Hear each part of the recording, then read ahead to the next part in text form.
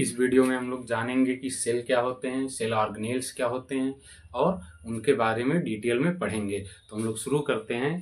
तो सेल का यदि सीधा सीधा डिफिनेशन दिया जाए तो जो डिफिनेशन होता है कि a smallest structural and functional unit of life is called cell. यानी सेल जो है वो जीवन की हमारी क्रियात्मक और संरचनात्मक इकाई होती है, जिससे मिलकर हमारे पूरा बॉडी बना होता है। तो सेल एक इंग्लिश वर्ड होता है, इसका जो स्टडी कहलाता है वो हमारा साइटो कहलाता है, साइटोलॉजी कहलाता है। और सेल का जो बायोलॉजिकल नेम होता है वो हमारा वो साइटो होता है। सेल का बायोलॉजिकल नेम साइटो होता है और इसकी जो स्टडी हमारी होती है, जिसमें अध्ययन करते हैं, वो हमारा साइटोलॉजी कहलाता है।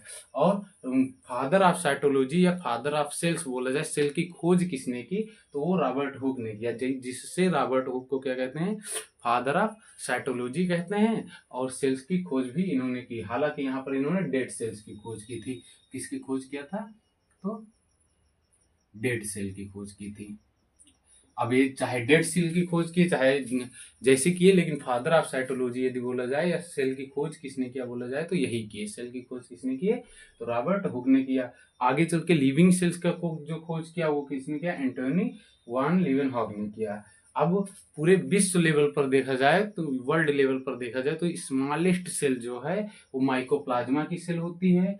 और यदि लार्जेस्ट सेल देखा जाए तो शुतुरमुर्ग के अंडे का होता है, जो कि ओस्ट्रिच एग कहलाता है।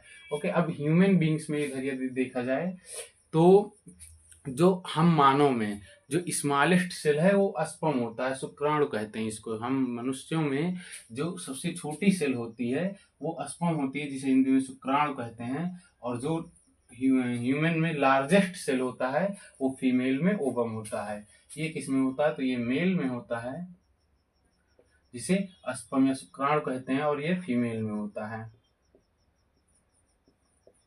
ये फीमेल में होता है, जो कि लार्जेस्ट सेल होता है, जिसे ओवम कहते हैं। उसके बाद longest cell in human beings में देखा जाए तो न्यूरॉन होता है। लार्जेस्ट और न्यूरॉन लॉन्गेस्ट में अंतर है। जैसे हम लोग बोले कि लार्जेस्ट यानी बहुत बड़ा है, तो जैसे हम लोग बोल सकते हैं कि जो दिल्ली का लाल किला है वो लार्जेस्ट है। और लॉन्गेस्ट बोलना चाहें तो हम लोग बोलेंगे जो दिल्ली का कुतुब मीनार है वो कैसा है, लॉन्गेस्ट है। तो कुतुब मीनार कैसा है, लॉन्गेस्ट है। और जो दिल्ली का लाल किला है वो कैसा है, लार्जेस्ट है। तो उसी तरीके से यहाँ पर जो लार्जेस्ट सेल होता है वो ओवम होता है ह्यूमन बींग्स में, और लॉन्गेस्ट सेल जो होता है वो न्यूरॉन होता है। ओके, और न्यूरॉन हमारा कैसा होता है, तो अविभाज्य सेल होता है, अनडिवाइजेबल सेल होता है, इसे डिवाइड नहीं किया जा सकता है। तो हम लोग लिख सकते हैं ये कैसा होता है, नॉन डिवाइडेबल होता है, नॉन डिवाइजेबल होता है। ये सेल कैसा होता है, नॉन डिवाइजेबल होता है, यानी इसे हम लोग डिवाइड नहीं कर सकते हैं। ओके, न्यूरॉन्स में डिवाइड नहीं होता है। और सबसे और यही न्यूरॉन जो होता है वो लॉन्गेस्ट सेल होता है, और यही क्या होता है, अनडिवाइजेबल सेल होता है। यानी न्यूरॉन में जो होता है, न्यूरॉन जो हमारा ब्रेन है वो न्यूरॉन सेल से मिलकर बना हुआ है। और इस ब्रेन में जो होता है वो डिवाइजेबल यानी विभाजन नहीं होता है। और फास्ट डिवाइजेबल सेल जो होती हैं हमारी लीवर होती हैं। लीवर होता है, लीवर को चाहे जहाँ से कट जाता है वो बहुत जल्द डेवलप हो जाता है, डिवाइड। उनकी सेल्स जो होती हैं लीवर की वो डिवाइड होती रहती हैं, और बहुत ज़्यादा जल्दी काफ़ी कम समय में वो डिवाइड होकर और लीवर जो होता है हमारा वो सही हो जाता है, लीवर सही हो जाता है। लेकिन इसमें जो न्यूरॉन होता है इसमें विभाजन करने की क्षमता नहीं होती है। इस कारण से यदि यहाँ पर चोट वगैरह लगती है तो दोबारा ठीक होने में बहुत समय लग जाता है और जल्दी व्यक्ति ठीक भी नहीं होता है। इसलिए सड़क वगैरह पर पुलिस वगैरह रोकते हैं और कहते हैं, और सेफ्टी के लिए हेलमेट पहनने को बोला जाता है। क्योंकि यदि एक बार न्यूरॉन में, यदि हमारे ब्रेन में, मस्तिष्क में चोट लग गई तो फिर न्यूरॉन से बना है हमारा ब्रेन, तो फिर दोबारा सही होने का तो चांस है नहीं। क्योंकि जो न्यूरॉन्स में जहाँ एक न्यूरॉन मरा तो वहाँ पर दोबारा न्यूरॉन बनता नहीं है, क्योंकि न्यूरॉन्स में डिवाइड न्यूरॉन नहीं होते हैं। इस कारण से हम लोग समझेंगे कि जैसे ब्रिक्स यानी एक ईंटा होता है, ईंटे से हम लोग दीवार बना सकते हैं, दीवार से हम लोग एक कमरा बनाते हैं, कमरे से हम लोग एक घर तैयार करते हैं। उसी तरीके से जो हमारी सेल्स होती हैं, उन्हीं सेल से कई सारी सेल आपस में मिलती हैं तो बनता है टिश्यू। और इन सेल मतलब कोशिका, कोशिका से जो बनता है वो ऊतक बनता है, ऊतक से हमारे अंग बनते हैं। और कई सारे अंग जब आपस में मिलते हैं, हाथ पैर नाक कान मुंह गले, ये सब जब मिलकर बनते हैं तो ये पूरे शरीर का निर्माण होता है। तो आप लोग इतना समझ गए, यदि समझ गए तो इसका स्क्रीनशॉट ले लीजिए। उसके बाद हम लोग आगे देखते हैं।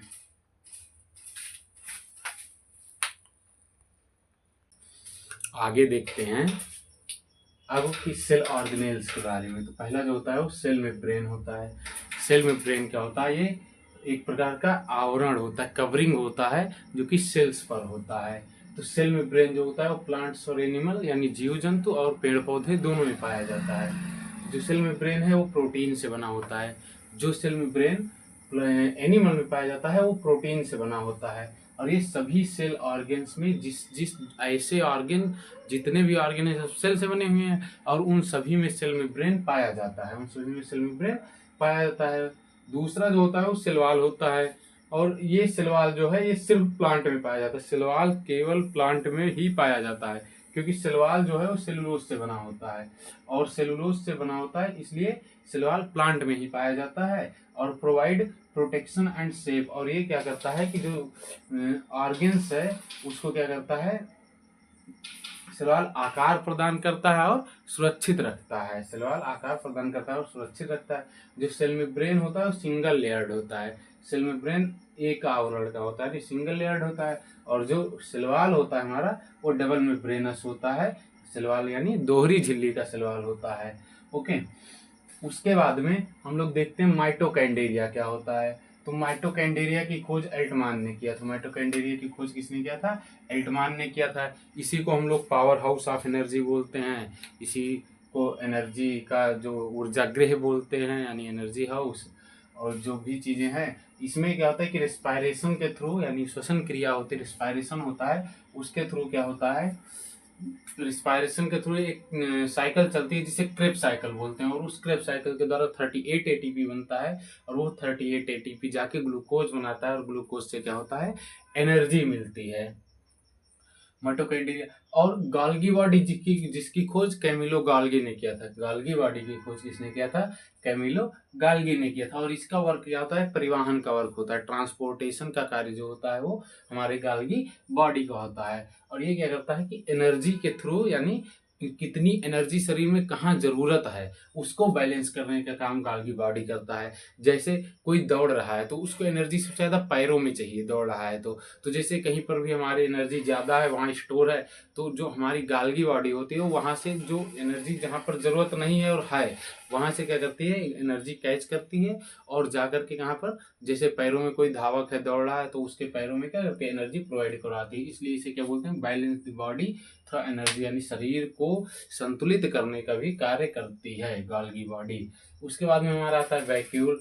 और वैक्यूल जो होता है, वैक्यूल में पूरे शरीर का 65% पानी जो होता है, 65% पानी वैक्यूल में पाया जाता है।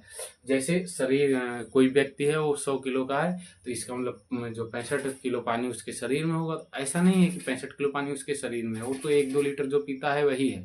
ये जो 65% पानी पाया जाता है ये हमारे सेल्स में पाया जाता है, कोशिकाओं में पाया जाता है, ना कि शरीर के अंदर पाया जाता है। ओके, और जो मनुष्य में ह्यूमन बींग्स होते हैं उनमें छोटे वैक्यूल्स होते हैं और प्लांट्स होता है उसमें बहुत बड़े बड़े वैक्यूल्स होते हैं, जिससे उसमें वाटर स्टोरेज कैपेसिटी होती है, यानी प्लांट्स जो होते हैं वो काफ़ी ज़्यादा पानी क्या करते हैं, स्टोर करके रख सकते हैं। तो आई होप ये सब समझ में आया होगा और इसे आप लोग स्क्रीनशॉट ले लीजिए। तब तक के हम लोग आगे बढ़ते हैं, तो आगे देखते हैं।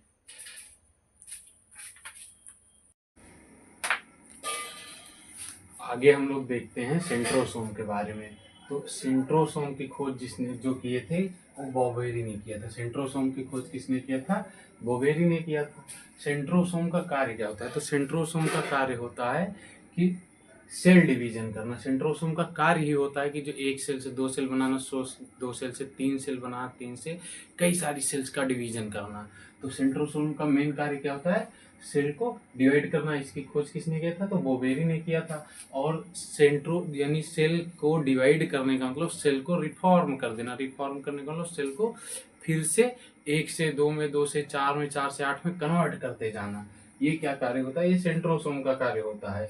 और सेंट्रोसोम जो होता है वो लीवर में सबसे ज्यादा पाया जाता है और लीवर में सेंट्रोसोम का ज्यादा पाए जाने के कारण से क्या होता है, जो लीवर होता है वो जल्दी सही हो जाता है। जैसे लीवर में यदि चोट आती है, कट पिट जाता है तो लीवर जो होता है वो सबसे जल्दी सही होता है। और यही सेंट्रोसोम ब्रेन में सबसे कम पाया जाता है। यही सेंट्रोसोम ब्रेन में सबसे कम पाया जाता है और ब्रेन में ये कम पाए जाने के कारण से क्या होता है कि जो ब्रेन में ये कम पाया जाता है, जिसके कारण से इसमें सेल डिवीजन नहीं होता है, और सेल डिवीजन ना होने के कारण से इसका जो प्रॉब्लम होता है कि सेल डिवीजन नहीं होता है, और ब्रेन में यदि चोट लग जाती है, सेल डिवीजन होता नहीं है, तो फिर क्या होता है, व्यक्ति की डेथ हो जाती है, जीव वो मर जाता है। तो इस कारण से क्या होता है, यहाँ पर ये दिक्कत होती है।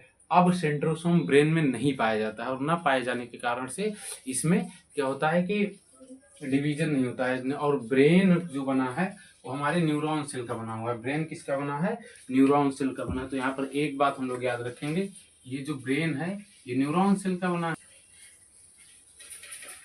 और ब्रेन का न्यूरॉन सेल के बने होने के कारण से इसमें जो होता है वो 90% न्यूरॉन सेल होती हैं, और जो 10% हमारी होती हैं वो ग्लियन सेल होती हैं। 10% जो होती हैं वो ग्लियन सेल होती हैं, और वही 10% इस 10% ग्लियम सेल में क्या होता है कि सेंट्रोसोम पाया जाता है। इस 10% ग्लियम सेल में सेंट्रोसोम पाया जाता है, यानी सेंट्रोसोम प्रेजेंट होता है। सेंट्रोसोम इस ग्लियम सेल में सेंट्रोसोम क्या होता है, 10% पाया जाता है। अब इसी कारण से क्या होता है कि कभी कभी क्या होता है कि ये 10% गिलियम सेल में क्या होता है, डिवीजन हो जाता है, और 10% गिलियम सेल में डिवीजन होने के कारण से क्या होता है, हम लोगों को कभी कभी व्यक्ति में क्या हो जाता है, कैंसर की बीमारी हो जाती है। सेंट्रोसोम जो गिलियम सेल में पाया जाता है, इसके कारण से क्या होता है, व्यक्ति के ब्रेन में कभी कभी ट्यूमर बन जाता है। यानी तो जो न्यूरॉन का 100% में से 10% में गिलियम सेल होती हैं, उन्हीं गिलियम सेल में सेंट्रोसोम पाया जाता है, और सेंट्रोसोम का पाए जाने के कारण से क्या होता है कि इसमें क्या होता है, कभी कभी सेल डिवीजन ज्यादा हो जाता है, जिससे क्या होता है, ट्यूमर बन जाता है, और व्यक्ति की यहाँ पर क्या होती है, वो कैंसर का रूप का धारण कर लेता है, और यहाँ पर इसी कारण से क्या होता है, ट्यूमर फॉर्म हो जाता है, ट्यूमर बन जाता है, और व्यक्ति की डेथ हो जाती है। उसके बाद में हम लोग पढ़ेंगे तो एंडोप्लाज्मिक रेटिकुलम के बारे में पढ़ेंगे। एंडोप्लाज्मिक रेटिकुलम जो होता है वो दो टाइप का होता है। पहला होता है हमारा कैसा, तो स्मूथ एंडोप्लाज्मिक रेटिकुलम होता है। दूसरा जो होता है हमारा वो रफ एंडोप्लाज्मिक रेटिकुलम होता है। एवं स्मूथ एंडोप्लाज्मिक रेटिकुलम और रफ एंडोप्लाज्मिक रेटिकुलम क्या होते हैं, तो रफ एंडोप्लाज्मिक रेटिकुलम ऐसे एंडोप्लाज्मिक रेटिकुलम ER होते हैं, ER से रिप्रेजेंट किया जाता है, जिसमें क्या होता है, हमारा राइबोसोम पाया जाता है। एंडोप्लाज्मिक रेटिकुलम का वह पार्ट, वह भाग जहां पर राइबोसोम पाए जाते हैं, वो हमारा क्या कहलाता है, रफ एंडोप्लाज्मिक रेटिकुलम कहलाता है। और जहां पर नहीं पाए जाते हैं वो हमारा क्या कहलाता है, स्मूथ एंडोप्लाज्मिक रेटिकुलम कहलाता है। क्या कहलाता है, स्मूथ एंडोप्लाज्मिक रेटिकुलम कहलाता है। अब हम लोग यदि बात करें इसमें राइबोसोम की, क्योंकि इसमें क्या है, यहाँ पर राइबोसोम पाया जाता है, रफ एंडोप्लाज्मिक रेटिकुलम में राइबोसोम पाया जाता है। ये राइबोसोम जो होता है इसकी खोज किया था पैलेडे ने। राइबोसोम का कार्य होता है प्रोटीन फॉर्मेशन करना, प्रोटीन बनाना। तो ये राइबोसोम प्रोटीन बनाता है, और राइबोसोम दो टाइप का होता है, एक होता है 70S, दूसरा होता है 80S। एस जो होता है हमारा सेडिमेंटेशन कॉफिशिएंट होता है। तो यहाँ पर क्या होता है कि जो 70S राइबोसोम होता है वो प्रोकैरियोटिक ऑर्गेन्स में पाया जाता है, ऑर्गेनेल यानी जीवों में पाया जाता है। हम लोग प्रोकैरियोटिक यूकैरियोटिक इन सब की बात किसी दूसरे वीडियो में करेंगे, नहीं तो ये चैप्टर बहुत लंबा चला जाएगा ये वीडियो।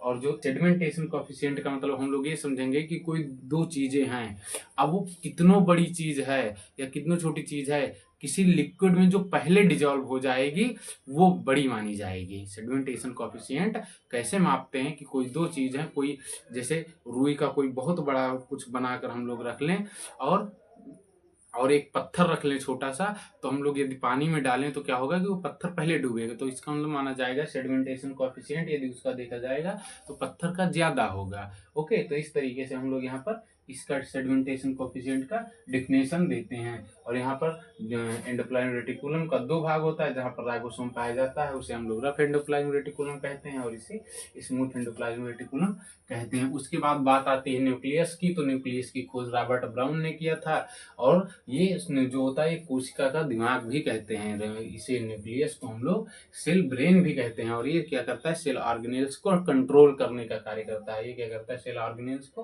कंट्रोल करने का कार्य करता है। और इसी न्यूक्लियस में क्रोमोसोम पाया जाता है, और क्रोमोसोम पर ही क्या DNA RNA और जीन वगैरह पाए जाते हैं। और इन्हीं जो न्यूक्लियस है और डीएनए, आरएनए और क्रोमोसोम है, इनसे मिलकर के 80% हमारी प्रोटीन बनती है और 10% डीएनए बनता है, फॉर्म होता है।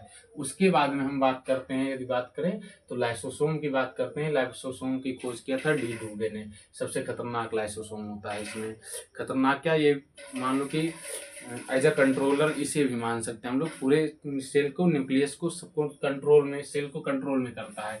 क्या होता है कि जैसे ये हमारा क्या है, कोई सेल है, ये क्या है, सेल है, इसमें कई सारे ऑर्गन्स हैं। जैसे हमारा है माइटोकॉन्ड्रिया है, और इसमें जैसे हमारा गोल्गी बॉडी है, इसमें हमारा क्या है, वैक्यूल है, इसमें हमारा एंडोप्लाज्मिक रेटिकुलम है, और इसमें हमारा क्या है, तो एंडोप्लाज्मिक रेटिकुलम हो गया, और भी जितने ऑर्गन्स हैं, राइबोसोम हो गया, सेंट्रोसोम हो गया इसमें, और इसमें यदि मान लें हम लोग तो क्या हो गया, लाइसोसोम ये हो गया सबसे। और बीच में क्या होता है, हमारा न्यूक्लियस होता है जो कि कंट्रोलर होता है, इन सबको कंट्रोल करने का कार्य करता है। और ये इसे मान लो क्या है, एक सेल है, सेल की कोशिका है।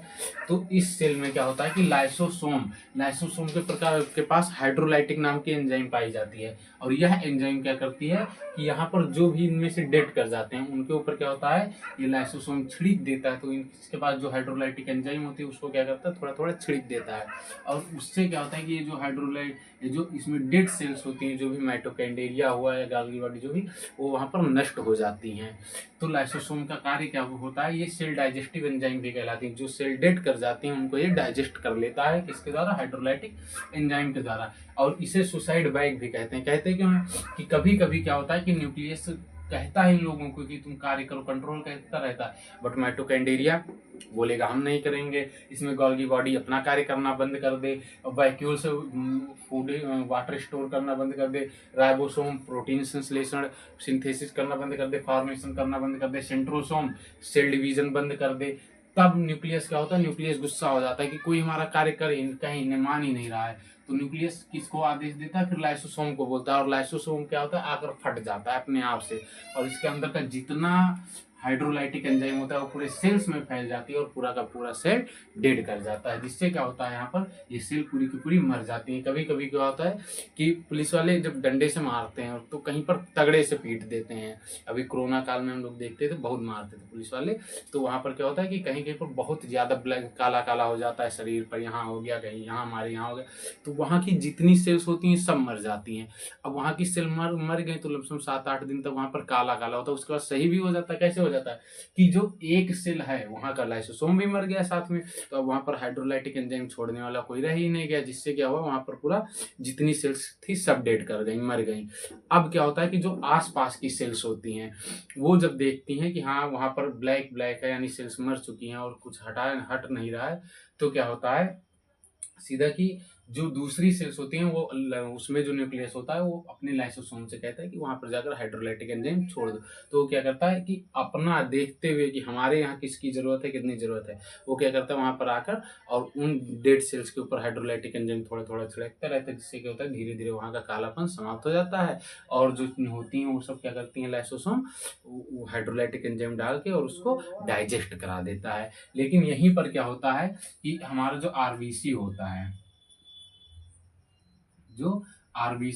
इस आरबीसी में लाइसोसोम नहीं पाया जाता है। और न पाए जाने के कारण इसका जो लाइफ टाइम होता है 121 डेज होता है, 121 दिन का होता है। अब ये आरबीसी जब मरती हैं तो अब यहाँ पर लाइसोसोम नहीं पाया जाता है, जिसके कारण से ये सीधा कहाँ चली जाती हैं, तो स्प्लीन में चली जाती हैं। कहाँ चली जाती हैं, स्प्लीन में, स्प्लीन, हाँ स्प्लीन में चली जाती हैं। स्प्लीन प्लीहा बोलते हैं वो यहाँ पर शरीर के, हमारे यहाँ पर एक ऑर्गन होता है, स्प्लीन होता है। और स्प्लीन को ही आरबीसी का कब्रिस्तान कहते हैं, क्योंकि इसमें आरबीसी जब डेड करता है तो ये जाकर स्प्लीन में ही रहता है, स्प्लीन में ही छोड़ दिया जाता है। और इसे ही क्या कहते हैं, स्प्लीन को आरबीसी का कब्रिस्तान कहते हैं। इसलिए 121 दिन बाद आरबीसी डेड कर जाती हैं। उसके बाद हम लोग यदि बात करें तो बात करते हैं प्रोटोप्लाज्म की। प्रोटोप्लाज्म का कार्य क्या होता है, इसका खोज जिसने किया था वो थे परकिंजे। प्रोटोप्लाज्म की खोज किसने किया था, परकिंजे ने किया था। प्रोटोप्लाज्म दो टाइप का होता है, एक होता है साइटोप्लाज्म, दूसरा होता है न्यूक्लियोप्लाज्म। साइटोप्लाज्म वो होते हैं जो सेल वाले पार्ट में पाए जाते हैं, जिसमें ऑर्गन्स पाए जाते हैं, वो सब क्या होते हैं, हमारे साइटोप्लाज्म होते हैं। और जो न्यूक्लियस के अंदर फ्लूइड भरा होता है उसे हम लोग न्यूक्लियोप्लाज्म कहते हैं। तो ये क्या हो जाएगा, हमारा न्यूक्लियोप्लाज्म हो जाएगा। न्यूक्लियोप्लाज्म, और ये हमारा क्या हो जाएगा, साइटोप्लाज्म हो जाएगा। अब जैसे ये न्यूक्लियोप्लाज्म के अंदर, न्यूक्लियस के अंदर भी तो कई चीजें पाई जाती हैं, क्रोमोसोम, ये हम बताए नहीं यहाँ पर, न्यूक्लियस के अंदर क्या क्रोमोसोम, डीएनए, आरएनए सब पाए जाते हैं। अब साइटोप्लाज्म जो होता है उसके अंतर्गत ये mitochondria, Golgi body, centrosome, vacuole, ribosome, endoplasm reticulum, lysosome, ये सब पाए जाते हैं। तो इसको आपस में टकरा ना जाए, इस कारण से क्या होता है, इनमें साइटोप्लाज्म और न्यूक्लियोप्लाज्म भरा जाता है। जैसे कोई वस्तु पैक करके आती है तो बीच में थर्माकोल के दाना वगैरह क्या होते हैं, तगड़े से भर देते हैं, जिससे क्या हो, वो चीजें आपस में टकराए ना, टूटे ना। उसी टाइप से क्या होता है कि इसमें ये जो फ्लूइड होता है, लिक्विड होता है, वो भर दिया जाता है, जिससे ये ऑर्गन सब आपस में टकरा ना जाए, इस कारण से फ्लूइड भरा होता है। आई होप आपको ये वीडियो समझ में आई होगी, और आप लोग इसका स्क्रीनशॉट ले लीजिए, और हम लोग मिलते हैं अगले पार्ट में, जिसमें हम लोग और भी चीजें आगे की पढ़ेंगे। आप लोग स्क्रीनशॉट ले लीजिए इसका। Thank you.